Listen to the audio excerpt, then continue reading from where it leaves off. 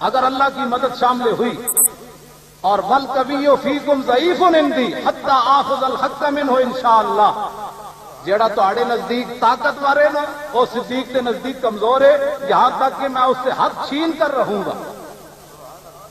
مولانا نیازی اے پڑھنے تو بعد نا پھر شعر پڑھ دے ہوندے مولانا دستار خان نیازی فرماندے سن، ضعیف اگر نظر پڑے رسول کا جمال بن، اور ظالم اگر آئے نظر کارے ذوالجلال بن، خدا کے آگے سر جھکا کہ سرکشوں کا سر جھکے، قضا ستم گروں کی ہو ستم زدوں کی ڈھال بن۔ یہ صدیق اکبر کے الفاظ پڑھنے کے بعد مولانا نیازی اس کا یہ ترجمہ کیا کرتے تھے کہ کمزور نظر آئے تو رسول کا جمال بن، اور ظالم نظر آئے تو پھر صدیق اکبر کی طرح کارے ذوالجلال بن۔ اور آگے آپ نے کیا فرمایا، لا یدع قوم الجہاد فی سبیل اللہ الا خذلهم اللہ بالذل، فرمایا جو قوم جہاد فی سبیل اللہ چھوڑ دے گی اللہ اس کو ذلیل کر دے گا۔ ولا تشیع الفاحشۃ فی قوم الا عمهم اللہ بالبلاء، فرمایا جس قوم میں بے حیائی پھیل جائے گی، کیبل عام ہو جائے گی، بے حیائی عام ہو جائے گی۔ کل تک وہ قوم جو کھیلتی تھی ننگی شمشیروں کے ساتھ آج فلمیں دیکھتی ہے اپنی ہمشیروں کے ساتھ۔ یہ صدیق اکبر نے اپنے پہلے خطبے میں فرمایا جس قوم میں بے حیائی پھیل جائے گی۔ بس جناب وآخر دعوانا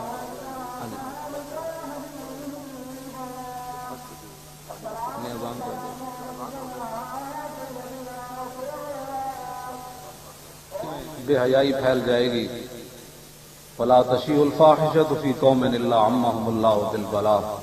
صدیق اکبر فرماتے ہیں جس قوم میں بے حیائی پھیل جائے گی اللہ تعالیٰ اس قوم پر مصیبتیں اور بلائیں نازل کر دے گا۔ اگر امت مسلمہ آج بھی یہ چاہتی ہے کہ بلائیں ان سے دور ہوں تو صدیق اکبر کے اس فرمان پر عمل کریں۔ میں ملک شام گیا تو وہاں خالد بن ولید کا مزار ہے حمص میں، تو وہاں علامہ نبہان ایک گزرے ہیں، ان کے مرید تھے شیخ محمود الحوت۔ وہ کہنے لگے 1971 کی جب جنگ ہوئی اسرائیل کی عربوں کی اور عربوں کو شکست ہوئی تو میرے پیر علامہ نبہان خالد بن ولید کی قبر پر گئے، انہوں نے مجھے خود سنایا۔ یہ صدیق اکبر نے جو فرمایا نا اس کی میں تشریح کرنے لگا ہوں۔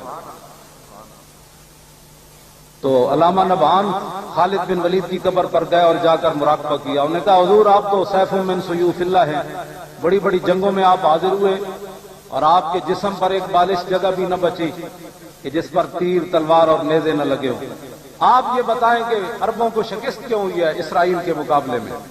تو علامہ نبہان کہنے لگے کہ مجھے خالد بن ولید نے فرمایا مسلمانوں میں بے حیائی ہے اس لیے ان کو فتح نہیں ہو رہی۔ یہ صدیق اکبر نے ایسے نہیں بات فرما دی، ہاں فرمایا خالد بن ولید نے مجھے کہا کہ امت مسلمہ کو جا کو خالد بن ولید کا پیغام سناؤ کہ اگر یہ فتح چاہتے ہیں تو بے حیائی اپنے اندر سے ختم کرو۔